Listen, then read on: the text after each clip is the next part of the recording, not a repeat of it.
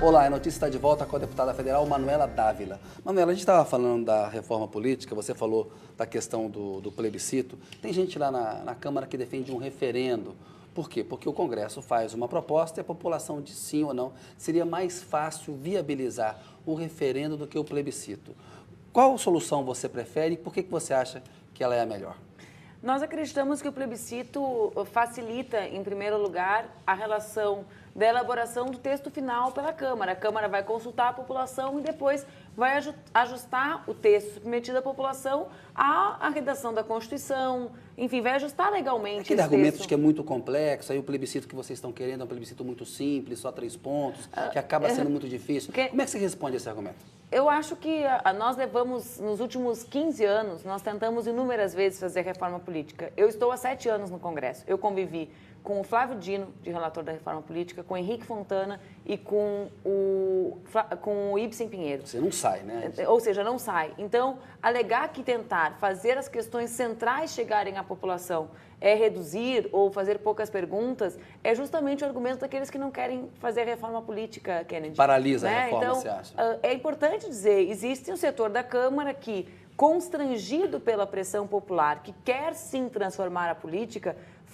usa diversos argumentos, isso faz parte da política, infelizmente, para não dizer que não quer transformar a política, que quer as regras atuais. Então, existe um setor que diz claramente, se nós alterarmos, se nós tirarmos o poder econômico, eu não volto para a Câmara.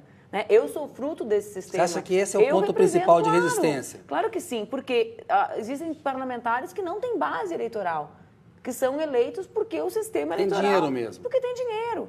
Então, porque a máquina faz com que, eu repito o número, 369 parlamentares dos 503 são os que têm as campanhas mais caras. Então, alguns dizem, eu sempre, quando faço debate de reforma política, questiono as pessoas. A gente sempre escuta o argumento simplista de que o problema é que a população mais pobre tem um voto desqualificado. Não, o problema é que o voto custa muito caro. Não tem nada a ver. O problema é que chega na Câmara quem tem mais dinheiro. Não, o problema não é o voto de quem tem menos dinheiro. O problema é o voto de quem tem mais dinheiro. Desculpa te interromper, Manuela. Você falou assim, custa 2,5 milhões mais ou menos uma candidatura de deputado federal, os custos de campanha para eleger um deputado federal. O que seria um custo razoável? Porque quando se fala também num sistema misto, que vai ter pessoa física e que vai ter também financiamento público, a população pode achar, poxa, eu vou estar dando mais dinheiro ainda para os políticos. Então, por que vale a pena? E o que seria, por exemplo, na sua opinião, um custo de um estado como o Rio Grande do Sul por uma campanha de deputado federal?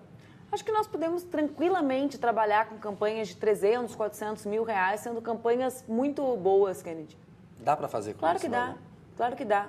Porque se nós formos pensar, campanhas que tenham campanhas de deputados estaduais também financiadas, que tudo depende da realidade dos partidos, Partidos com as campanhas de deputados estaduais também estruturadas, porque o financiamento vai vir para todos os candidatos, Então, hoje nós temos deputados estaduais com candidaturas... Uma campanha ajuda a outra. Claro, Então, tu tem que pensar num sistema todo mais equilibrado, O problema é que os nossos parlamentares pensam a regra, pensam um sistema novo com a cabeça do sistema velho. Então, hoje os deputados federais financiam as campanhas dos deputados estaduais, para poder viabilizar suas bases pequenas. Além dos 2,5 dele, ele tem que arrumar mais milhões para os outros. Claro, então eles têm que financiar as bases nas pequenas cidades.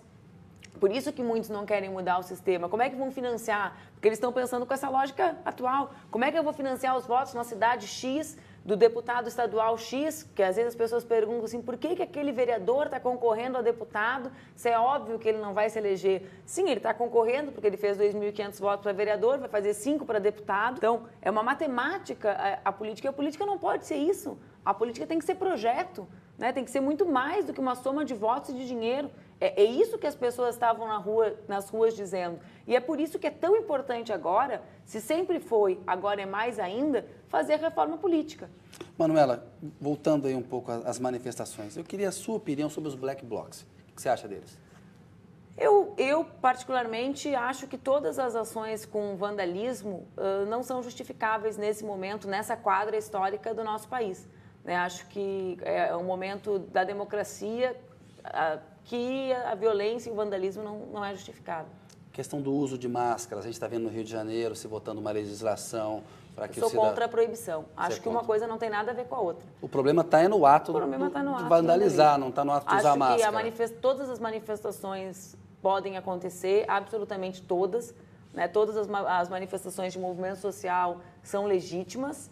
Acho que os movimentos sociais têm diversas formas de se manifestar. Sou contra a proibição do uso o ato de se proibir o uso de máscara. Acho que essa não é a questão central. A questão central é que nós não estamos no momento que o vandalismo tenha qualquer justificativa, né? Eu digo isso porque algumas vezes as pessoas comparam o vandalismo com a luta armada na ditadura militar, o que é uma absoluta desproporção, né? Então, em nenhum momento ali era um direito de resistência ao sistema ditatorial. Em nenhum momento o vandalismo é algo justificável. É que eu estou respondendo a comparações absolutamente desproporcionais que fazem de vandalismo com a luta armada da ditadura militar. Os vândalos é que estavam no poder. Exatamente. Né? Vandalizavam a democracia, o direito à vida, né? Manuela, falar um pouquinho de política internacional. Você foi vice-presidente da Comissão de Relações Exteriores aí e de Defesa da Câmara, né? Tem vários assuntos aí na nossa agenda nos últimos tempos. Um deles foi o caso do senador Roger Pinto Molina. Tem uma avaliação de que o Itamaraty demorou a agir, que um diplomata bem afamado como Eduardo Saboia acabou explodindo e praticamente contrabandeou o senador Roger Pinto Molina para cá, que estava asilado na embaixada na Bolívia. Com ele aqui agora no Brasil, quais são as medidas que você acha que tem que ser tomadas? Um processo de análise de extradição eventualmente no Supremo e decidir sobre isso? Como é que você avalia esse caso? Acho que essa é uma situação bastante delicada, né? A situação, tanto pela relação que o Brasil preza na América Latina, o Brasil é o país que tem se consolidado como um grande líder regional, tanto pela situação local da Bolívia, pelas acusações mútuas trocadas, pela situação do nosso embaixador, pela saída, a forma como ele saiu da nossa embaixada, o expôs muito, né? Ele tomou um caminho de uma mega exposição, risco, né? de risco e de exposição. Quer dizer, a saída que ele adotou é uma saída que constrange o governo brasileiro a tomar medidas que não são as mais simples, né? Então, assim, a deputada perpétua do nosso partido tem, inclusive, acompanhado bastante de perto por ser atual vice-presidente da comissão. Acho que a presidente Dilma tem buscado construir saídas junto ao governo boliviano que são as menos duras, né? Porque levar o caso a uma extradição significa chegar ao limite, a última hipótese, que não é a tradição brasileira nesses casos. No Suriname, a presidente Dilma disse ao Morales, falou, se você realmente quer levar o Molina de volta, abasteça as provas. Então, não é isso? Era isso que eu ia dizer. Então, a presidente Dilma, pela sua tradição de defesa dos direitos humanos, diz ao presidente Evo Morales que quer as provas. Então, eu apenas estava contextualizando que não é... Ele complicou um pouco a sua situação, que é um pouco do perfil boliviano, né? Assim, a Bolívia é diferente do Brasil. E acho que a presidente Dilma agiu corretamente. Os tempos são mais tempos bolivianos do que nossos, assim, né? Da saída dele, a presidente estava tentando criar uma situação de maior conciliação entre as duas partes políticas da Bolívia, né? Porque ele também não dava o salvo-conduto Morales para ele sair. Exatamente. Ficou uma coisa meio congelada. E o Brasil tentando contemporizar a situação na sua condição de líder. Então, agora eu acho que a presidente está numa espécie de stand-by, esperando a apresentação dos documentos ou não por parte do presidente Evo, esperando para ver qual será o seu próximo passo. E acho que é a posição correta. Qualquer outra posição seria precipitada. Manuel, um caso que deu bastante repercussão foi essa revelação de espionagem da NSA, a Agência Nacional de Segurança Americana, contra a presidente Dilma Rousseff e contra a Petrobras, né? Tem gente que acha, olha, a presidente Dilma deveria cancelar essa viagem de Estado a Washington no mês que vem, tem que cobrar explicações muito duras, isso é uma violação da nossa Constituição, da nossa soberania, é preciso de uma retratação e, eventualmente, tem que cancelar. Outros acham que não, a relação entre os países acontece em contenção mesmo, o Brasil é um player importante, a presidente tem que ir lá e discutir com o Obama o assunto. Qual que é a sua avaliação desse caso? Nós temos 30 dias. Acho que a presidente Dilma Você tem está igual a presidente, ganhou tempo ali para poder dar a resposta. Acho que não é ganhar tempo. O presidente Barack Obama também tem interesse em que a presidente Dilma vá. Vai lá. A primeira coisa que a gente tem que agir é como um grande país que nós somos. Acho que as pessoas têm que parar de pensar com a mente colonizada, né? Os Estados Unidos não é o xerife do mundo. E eles hoje nos devem explicações e a presidente está agindo da maneira adequada. A viagem dela está marcada no dia 21 de outubro. Então, ela não tem nenhuma razão pela qual se precipitar, nem para cancelar com bravatas. Vai né? depender da resposta dele. Ela é uma chefe de Estado. É o caso de retratação, ela é uma né, chefe de Manuela? Estado. Na minha opinião, sim. Por quê? Porque eles já deram muitas explicações, uma em cima da outra, como a gente diz, né? Então, o vice-presidente Joe Biden já falou era de um por causa de jeito. terrorismo, aí depois eles enviaram uma carta dizendo Não tem nada de que economia não é no nada, meio. E depois era, Tem um né? pouco a ver Então com agora já economia. é a Petrobras e nós estamos perto do leilão do campo de Libra, né? Então, a primeira razão, é muito sério, é muito grave,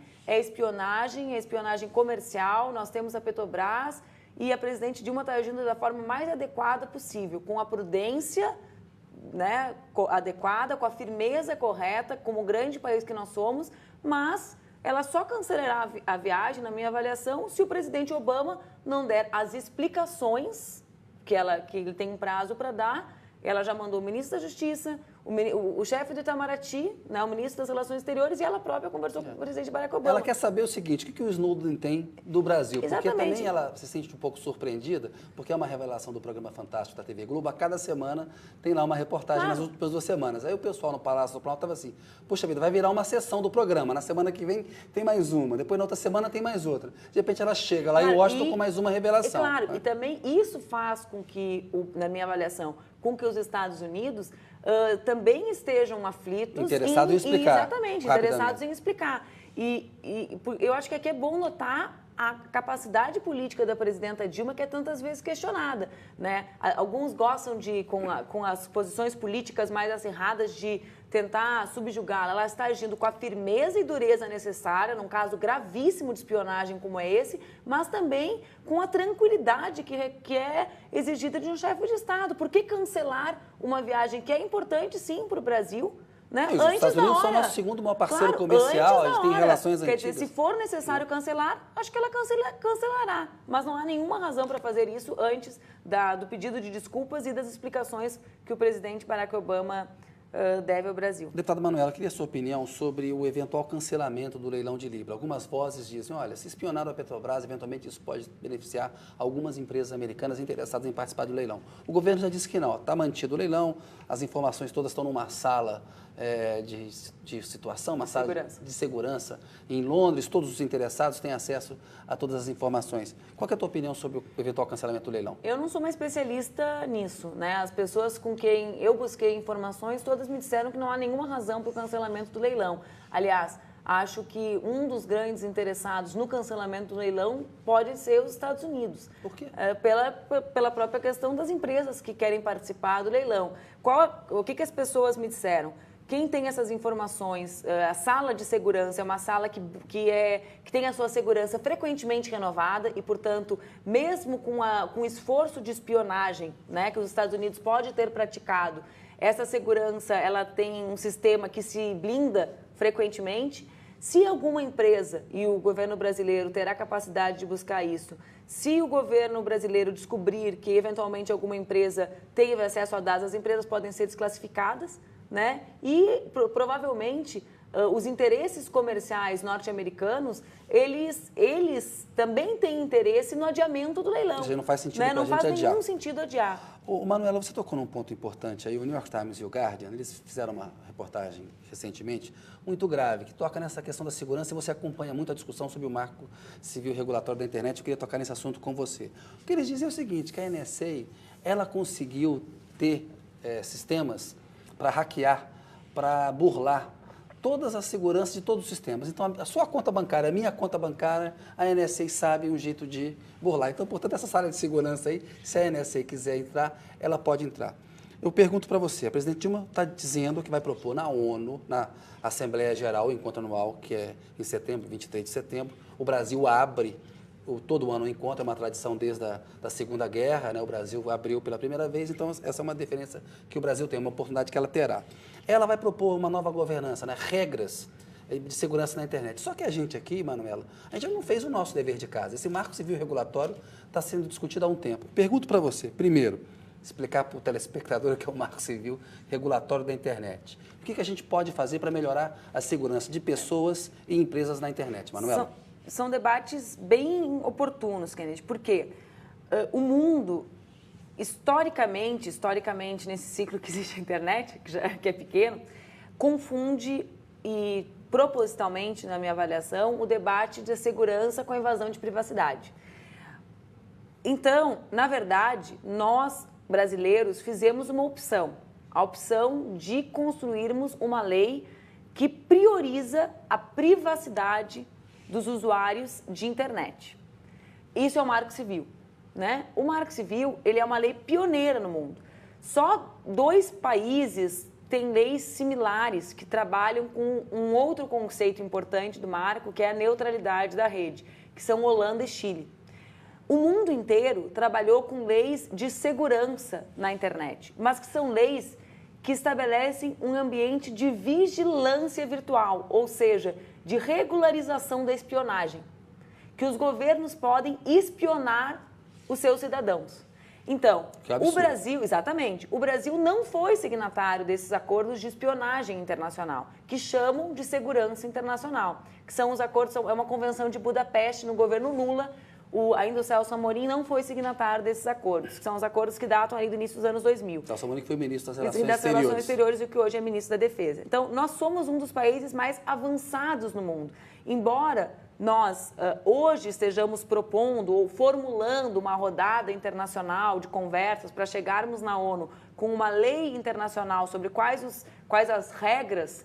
Olha a loucura, né? E quais devem ser essas regras? Então, exemplo, acho que o início disso é quais são as regras de privacidade dos usuários da internet. Eu trouxe um dado, só para até anotei esse dado porque as pessoas têm que saber. Entre 2005 e 2011, 150% a mais de usuários de internet. Nós conversávamos antes do início do programa, eu não folheio mais um jornal, eu não faço uma transação bancária fora da internet, né? Eu converso com o meu gabinete apenas pela internet, pelos programas. Então, a gente precisa... Sua vida está online ali. A minha vida é online. Então, as pessoas precisam entender que esse conceito de privacidade na internet, ele é quase um conceito, ele é compreender que abrir mão disso é mais ou menos, Kennedy, como dizer que porque a maior parte da pedofilia ou da violência doméstica acontece no ambiente familiar, e isso todo mundo sabe, Sim. As mulheres são... Quem bate em mulher é marido ou pai ou vizinho, e quem violenta a criança também é pai ou marido ou familiar ou parente, conhecido. né? Que a gente vai permitir a instalação de câmeras dentro da casa das pessoas. Esses acordos internacionais de espionagem, eles existem para isso. Então, o que é o Marco Civil? Para responder a tua pergunta, o que é esse serviço de casa que o Brasil quer fazer? Ele prevê a privacidade dos usuários, com uma série de regras básicas. O Congresso não conseguiu votar por causa de um outro interesse. Isso, qual é? Que é a neutralidade da rede. O Brasil acredita que esses pacotes de dados que priorizam um tipo de serviço, esses serviços de banda larga, que diz que que as teles fazem, né? Eu posso te vender um pacote que tu vai subir informação mais rápido ou consumir informação de um jeito por um preço X, que eles não podem existir dessa maneira. Por que isso é tão importante? Vou te vincular lá às manifestações. Vamos lá. Olha só. O que faz a internet ser tão democrática? É a forma como eu consumo conteúdo? Não. Como eu consumo conteúdo na internet que nem na televisão. Tu vai postar uma coisa, eu consumo. É a forma como eu posso produzir o conteúdo. Porque eu filmo um vídeo de uma manifestação, se eu subo ele rápido, tá ali. É isso que é a diferença. É a produção de conteúdo. Então, a disputa do Marco Civil é a disputa da neutralidade da rede. É a ideia de que a rede ela não é privada. Ela é pública, de que a internet é pública, de que ela não é privada. Então, esse conceito de neutralidade da rede é que fez o Marco Civil não ser votado ainda. É uma grande disputa de quem opera. Você está esperançosa? Eu estou esperançosa, mas eu também tenho receio que esse debate de espionagem faça o Marco Civil ser votado sem esse conceito de neutralidade, entende? Que é o conceito principal, porque se as pessoas acham que a internet ela é democrática, porque eu pego o meu celular e vejo qualquer coisa, elas não entenderam muita coisa, né? Ela é principalmente democrática porque eu faço entrar qualquer coisa nela. Eu posso colocar as porque coisas. Porque isso que faz eu ser diferente de um jornalista, né? Eu sou jornalista de formação, mas eu em casa ser igual a um jornalista, né? Eu poder botar o conteúdo para dentro da internet. Manuela, eu vou pedir licença mais um minutinho. A notícia volta daqui a pouco com Manuela Dávila.